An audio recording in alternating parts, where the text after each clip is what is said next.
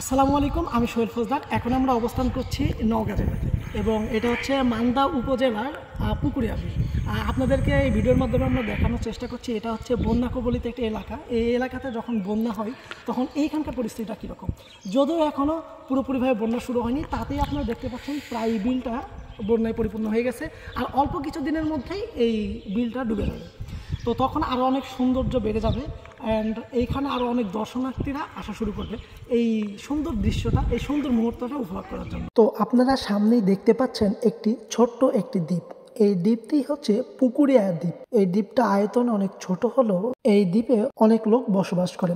এখানে যতটাই বন্যা হোক না কেন এই দ্বীপটা কখনোই ডুবে যায় না, এটা সবসময় পানির উপর ভাসমান অবস্থার মতোই অবস্থান করে।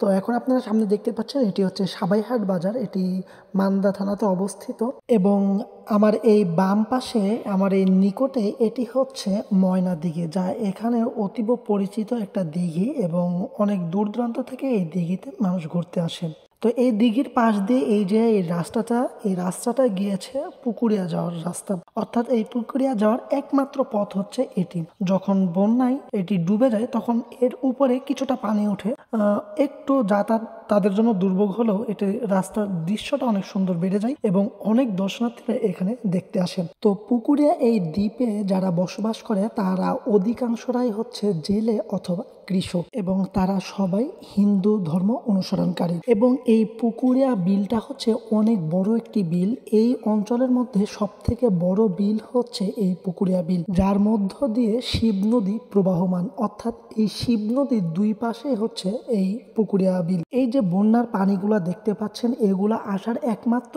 কারণে হচ্ছে এই শিব নদী দিয়ে এই পানি আসছে, এই জন্য এখানে বন্যায় ভরে গেছে। যদিও এই বিলটা ডুবে যায়, এই বিলে একটি মাত্র ফসল হয়, তারপরও এই ফসলগুলা খুবই উৎপাদনশীল ফসল, অর্থাৎ এই জমিগুলা অনেক উর্বর একটি জমি। এই জমিতে ব্যাপক হারে ধান চাষ করানো হয়, এই বিলে শুধুমাত্র ধান চাষটাই হয়। আপনারা দেখতে পাচ্ছেন আমাদের সামনে অনেক গরু, ছাগল, ভেড়া। এখানকার মানুষ প্রচুর পরিমাণে গরু, ছাগল, ভেড়া এগুলো পালন করে। এই বিলে প্রচুর পরিমাণে মাছ ধরা হয়, যখন বন্যা হয় তখন প্রচুর মাছ পাওয়া যায় এই বিলে।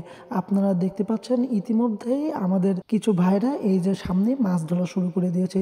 যখন বন্যায় পরিপূর্ণ হবে তখন আরো বড় বড় মাছ এখানে এই বিলে পাওয়া যায়। তো এই হচ্ছে পুকুরিয়া বিলের দৃশ্য এবং এটি হচ্ছে পুকুরিয়া যাওয়ার একমাত্র রাস্তা, যা আগে আরো খারাপ অবস্থায় ছিল এবং কয়েক বছর আগে যা সংস্করণ করা হয় এবং এই রাস্তাটির বর্তমান অবস্থা এখন অনেকটাই ভালো। তো এই ভিডিওর মাধ্যমে আমরা তুলে ধরেছি বন্যা কবলিত এলাকার দৃশ্য, যদিও এখনো পুরোপুরি বন্যা হয় না, আর একটু দেরি আছে, তারপরও আমরা এখন তুলে ধরেছি এই দৃশ্যগুলো। তো আপনারা যদি এই স্থানে আসতে চান, এই জায়গা দেখতে চান, তাহলে আপনারা আর কিছুদিন পরে আসতে পারবেন, অর্থাৎ যখন পুরোপুরিভাবে বন্যা হবে তখন আপনারা আসলে এই স্থানটি আপনারা খুব সুন্দরভাবে উপভোগ করতে পারবেন। এবং এই জায়গার লোকেশন হচ্ছে এটি নওগাঁ জেলার মান্দা থানার তেঁতুলিয়া ইউনিয়নে এটি অবস্থিত।